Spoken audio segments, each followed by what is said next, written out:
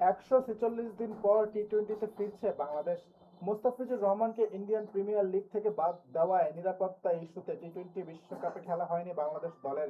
সবশেষ গত বছরের নভেম্বরের ঘরের মাঠে আয়ারল্যান্ডের বিপক্ষে ৩ ম্যাচের টি-টোয়েন্টি সিরিজটাই ছিল বাংলাদেশের খেলা সবশেষ টি-টোয়েন্টি সিরিজ। এরপর বিশ্বকাপে না যাওয়ায় খেলা হয়নি কোনো ম্যাচও এই সংস্করণে। দীর্ঘ ১৪৬ দিনের বিরতির পর অবশেষে এই সংস্করণে মাঠে নামছে বাংলাদেশ।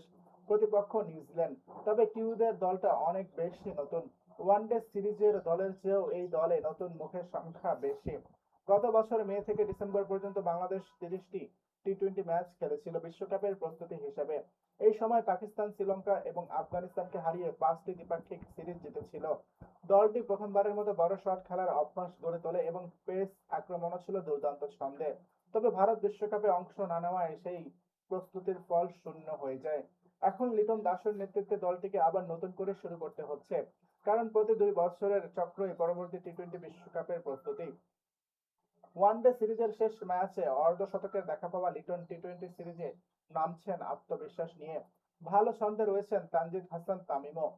টি-টোয়েন্টি ব্যাটিংয়ে বাংলাদেশের মূল আশার আলো সাইফ হাসান ওয়ানডে সিরিজে অর্ধশতক করেছেন এবং তিনি টপ অর্ডারে খেলতে পারেন। তবে বাকি ব্যাটারদের সামনে চ্যালেঞ্জ রয়ে গেছে।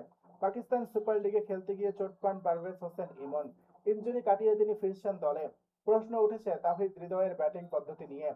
অধিনায়ক লিটন কুমার দাসের আস্থাভাজন শামীম হোসেন পাটোয়ারি ২ মাস প্রতিযোগিতামূলক ক্রিকেটের বাইরে থাকায় কিছুটা ছন্দহীন থাকতে পারে। শরীফুল ইসলাম, মোহাম্মদ সাইফুদ্দিন, তানজিম হাসান সাকিব নেতৃত্ব দেবেন পেস ইউনিটকে। সঙ্গে আছেন নতুন মুখ রিপন মন্ডল ও আব্দুল হাফফার সাকলায়েন। স্পিনে আছেন মাহিদী হাসান ও রিশাদ হোসেন। অন্যদিকে নিউজিল্যান্ড গত মাসে দক্ষিণ আফ্রিকার বিপক্ষে টি-টোয়েন্টি সিরিজ হেরেছে। এবার বাংলাদেশ সফরে তাদের মূল দলে থাকা অনেক খেলোয়াড় অনুপস্থিত। তারা আইপিএল বা পিএসএল এ খেলছেন। বিশ্বকাপ দলে থাকা খেলোয়াড়দের মধ্যে কেবল ঈশ্বরদী আছেন এই স্কোয়াডে। দলের নিয়মিত ৭ জন খেলোয়াড় নেই, যার মধ্যে অধিনায়ক মিচেল স্যান্টনারও নেই স্কোয়াডে। অভিজ্ঞ ব্যাটারদের মধ্যে শুধু টম ল্যাথামি আছেন, আর বাকিরা তুলনামূলক অনভিজ্ঞ। তবে ডিন ফক্সক্রফট, নিক কেলি এবং নাথান স্মিথ ওয়ানডে সিরিজে ভালো খেলছেন, যা টি-টোয়েন্টিতে কাজে লাগাতে পারে। কোচ রব ওয়াল্টার ও ল্যাথাম কিভাবে ব্যাটিং লাইনআপ সাজান সেটিও গুরুত্বপূর্ণ হবে।